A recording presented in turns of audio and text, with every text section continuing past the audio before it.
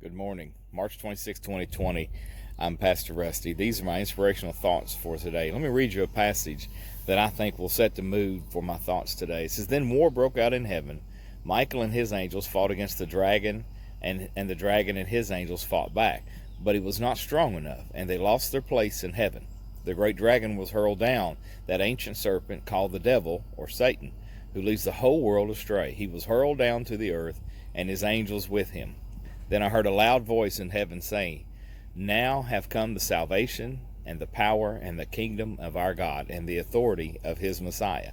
For the accuser, our brothers and sisters, who accuses them before our God day and night, has been hurled down. They triumphed over him by the blood of the Lamb, by the word of their testimony, and they did not love their lives so much as to shrink back from death.'" And it says, "Therefore rejoice, you heavens, and you who dwell in them." You know, that's a pretty powerful section of scripture there. One of the things I want to focus on, though, is the triumph of the saints. Whenever this is happening, this is in Revelation chapter 12. So whenever this situation, this vision that John saw in Revelation is happening, however it falls, we see triumph of the saints.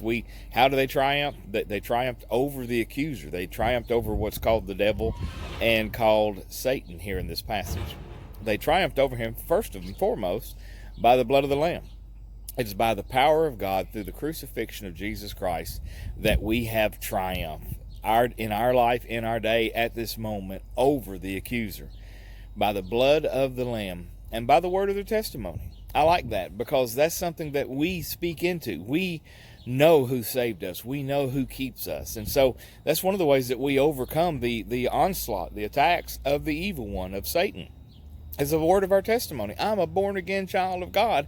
He has no right over me and no place in my life. And we see that these saints, that's how they overcame him. And I like what it says. They did not love their lives so much as to shrink from death. See, the love of this world creates fear. The love of the life that we have in this world creates fear of death, a fear of, the Bible all the time talks about the martyrs that lost their life because they stood for God. And they had a vision of Christ. They had a vision of his majesty. They had a vision of the kingly nature of Christ. So much so that if my life on this world is lost, it's no loss, because as Paul says, to be absent from the body is to be present with the Lord. And so they lived in triumph. And that's one of the things that we should live in today, is we should live in triumph. Remember, this is the day the Lord has made.